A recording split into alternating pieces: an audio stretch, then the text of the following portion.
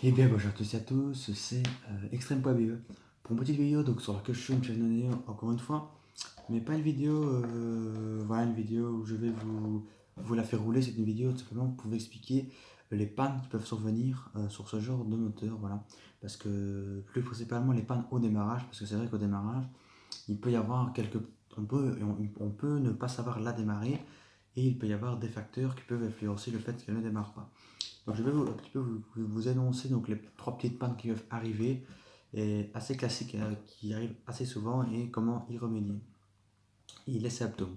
Donc la première panne, si on ne sait pas démarrer le moteur, la première petite panne, ça va être, d'ailleurs ça c'est une panne assez bête, voilà, c'est pas grave qu'on va essayer de démarrer, donc je vous ai déjà montré, on la démarre, on met le choc-bougie ici, et on tire, hein. Voilà, bon, je ne vais pas faire, parce que bon, j'ai fait le play maintenant, donc je ne vais pas le faire, parce que sinon elle risque de démarrer direct, et vu que mes parents donc je pense que c'est pas la meilleure solution. Voilà.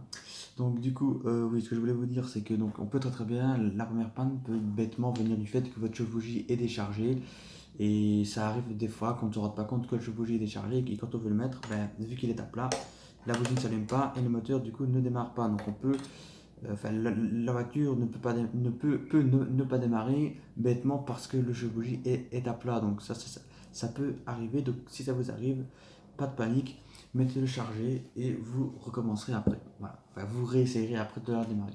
La deuxième petite panne, qui par contre elle est plus rare, c'est la bougie. Donc la bougie, comme je dis, qui se dévisse avec une clé en croix, hein, voilà, que vous mettez là, et ça, voilà. Donc, les bougies en général, ils ne sont pas à changer, à part la bougie de rodage. La bougie de rodage en général est à changer. C'est ce que j'ai fait, parce que la bougie de rodage va s'allumer beaucoup plus vite que les bougies qui vont venir après, parce que vu qu'elle participe au fonctionnement du moteur pendant le rodage, bah, elle va s'allumer pardon, beaucoup plus vite. Et c'est vrai que la bougie de rodage peut effectivement être usée plus vite. Mais une fois que vous avez mis une nouvelle bougie après, en général, vous n'avez plus de problème. Mais c'est vrai que ça peut arriver quand la bougie est vieille que ça ne démarre pas à cause de ça.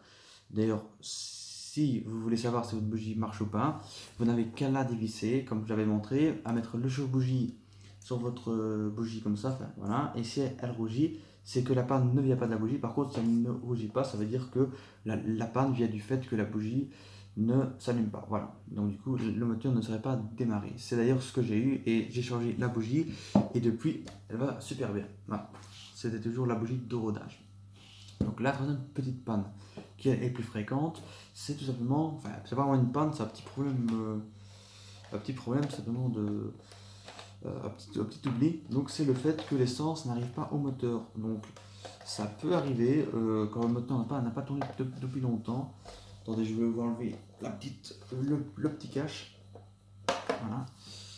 Le moteur, oui, voilà, le moteur, donc la voiture est un peu sale, excusez-moi, et j'ai roulé avec aujourd'hui, donc voilà, le moteur peut très bien. Donc là vous avez donc, le filtre à air, la culasse, donc peut très bien, l'essence pardon, ne peut très bien ne pas arriver au moteur. Donc ce qu'il faut faire, c'est ne vous donnez pas trop de coups de tirette, ça ne sert à rien. Donc ce que vous faites, c'est que vous donnez, je vais vous montrer, pour faire arriver l'essence, vous mettez votre doigt sur le pot d'échappement et vous donnez des coups de tirette. Voilà, voilà, pour être sûr que l'essence arrive. Et en faisant ça, en général, l'essence va arriver jusqu'au cylindre et elle va démarrer. Donc c'est une petite, pas je veux dire une panne, mais un petit souci qui des fois arrive, c'est que l'essence n'arrive pas jusqu'au carburateur et la voiture ne démarre pas. Donc pour qu'elle arrive, je vous ai dit, vous bouchez le pot d'échappement et vous tirez, et vous allez avoir toute la compression qui va aller au réservoir, et ça va pousser l'essence dans le carburateur, du coup dans le cylindre. Voilà. Il y en a qui enlèvent la durée de pressurisation et qui soufflent dedans, mais ça je ne trouve pas ça très propre, donc je préfère faire en appuyant sur le pot d'échappement, en le bouchant. Voilà.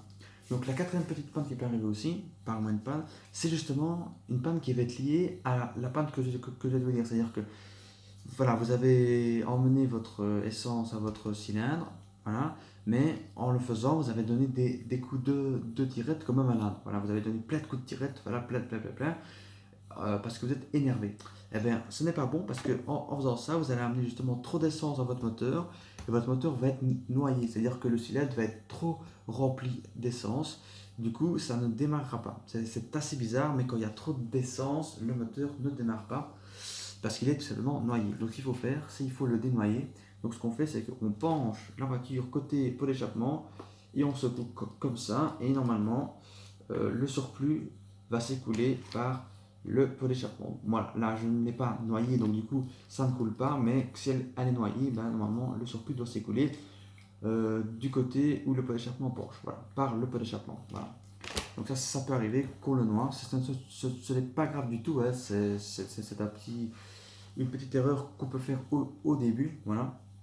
Alors, la cinquième petite pas panne, mais qui peut arriver aussi, c'est que en tirant sur le lanceur, c'est très souvent que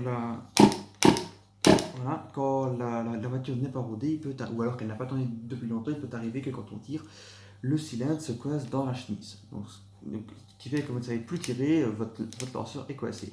Donc pas de panique, ce que vous faites, c'est que vous retournez votre voiture, vous prenez un tournevis et vous allez à l'aide du tournevis faire tourner le volant moteur qui se trouve ici dans le sens inverse des aiguilles d'une montre pour tout simplement forcer le piston à redescendre, voilà, à l'aide d'un tournevis.